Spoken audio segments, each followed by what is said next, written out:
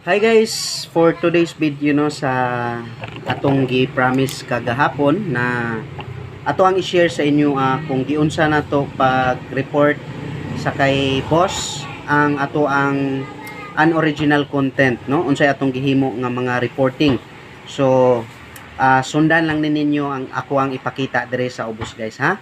So una adto ta sa ato ang main profile. So mana atong main profile. So makita na to dia sa kilid ang 3 dots. So mo na imong i-click guys.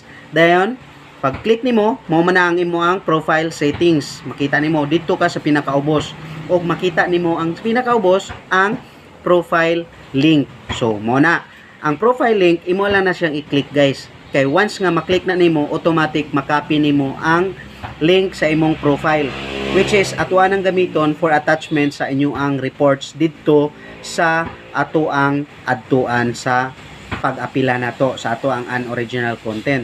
So next adtuon ninyo ang inyo ang mga violations. For example sa ako dito man nato makita no sa professional dashboard nato ang ato ang unoriginal content. So i-click lang to nimo guys, then screenshot. Then i-click lang nimo ang unoriginal content na paman to siya next nga mogawas, i-screenshot lang po to for attachment. Sa tanan ninyong mga violations, i-screenshot to siya tanan guys. So mo na ato ang mga gamiton nga mga attachment nga para ato ang i-report kay Meta nganong gamiton nato pudtong link para direct jud nga makita ni boss ang ato ang profile nga kita ang ga-report, dili bitaw siya kumbaga anonymous. Pag-click ni boss dito nga ato aging profile ang makita automatically. So direct gid sa atua, dili kay kuan. Plus ato ang mga attachment nga mga screenshots. So after ato guys, naa naman ta sa dashboard no, manatag screenshots. So balik ta sa home nato nga dashboard. Adto lang dayon ta sa pinakaubos. Scroll down nato, pangitaw nato ang creator support. So after nato makita ang creator support, i-click lang nato na siya guys ang creator support. So pag-click ana, pag-open, adto rin ta sa monetization. So dito ta sa monetization kay dito man ang atong mga naay mga violation. Kay monetize naman ta, even stars lang or in-stream ads or ads on reels. So after ana guys, click lang po dayon nimo. Pag na-click na nimo ang monetization, pag-open ana, click dayon nimo ang making money with stars. So dito ta mag-agi guys. Kasi nga unsaon na to pag-identify sa ato ang mga violations kung di ba kung naay violation ng ato ang videos wala na siya star icon. So mo nang diha ta mag-agi sa making money with stars. So after maklik na to, ato lang pong i-click ang stars on FB Reels. So kana stars on FB Reels guys. After clicking nimo ana, scroll down lang ka. Pagkaabot nimo sa ubos na ay naka color blue diha nga contact us. Tuara.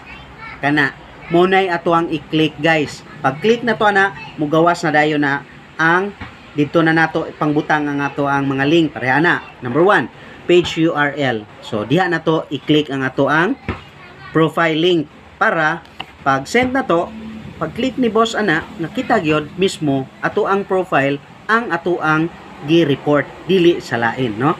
Then after niyan, kada sa ubos, imo lang nang i-click ng demonetization and appeals. Kay mo apila man ta nga wala tay unoriginal content or unsa pa ng mga violations na diha nakabutang, no? So, after ana guys, diha na ka sa choose file sa pinakaubos. Kanang choose files, diha na to ibutang ang ato ang screenshots for attachment nga unsa toy atong mga violations nakita nato sa ato ang dashboard.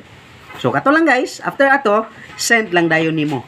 After sending, mo balik dayon na ang reply ni Meta nga sama ani. So, pag makita na ninyo guys, hulata lang dayon. Basta nga ako pinakadugay 3 days. Na clear na ang akong unoriginal content. Unlike sa akong gihimo sa unang mga apila, wala pa gid siya until now. So, pagkakita na ko ato nga pamaagi, akong gisuon 3 days lang guys, nawala na ang atong unoriginal content. So kato lang guys, hope nga nakuha ninyo and thank you for watching.